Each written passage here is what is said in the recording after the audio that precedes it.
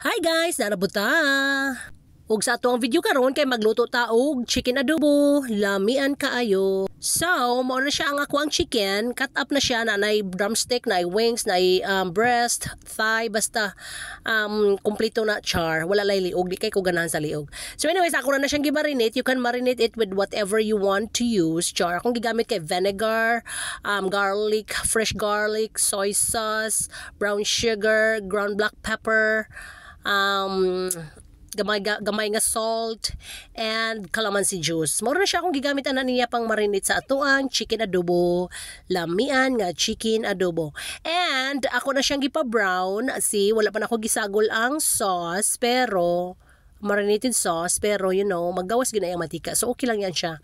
And imo na siyang ipa-brown and look at that. Nya medyo mo-caramelize ang iyahang liquid nga ng gawas char.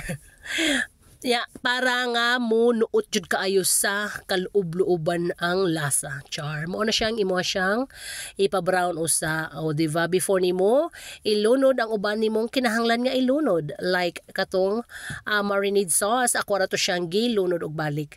Kay you know, dili to na to sayangan kay howler, lami ka ang lasa ato niya. Char. And pag medyo ni kuha na gid siya ning caramelize na, giulunod na nako ang marinade sauce. Unya ako pag gina siya gipunag og sabaw. Gilunod ako ang onions, bay leaf og whole peppercorn. O diba?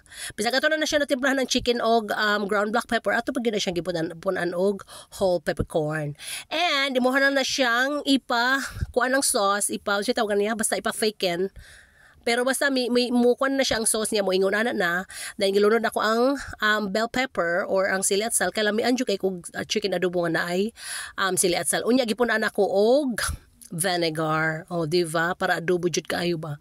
Unya ang syempre din mo kalimtan ang more brown sugar para you know lamian jud kaayo. Char. Bitaw. And iparodyos lang nagmayang sauce and look at that, luto na, kainan na tayo, ibahog na yan sa kanon. Char, salamat sa pagtanaw, bye bye.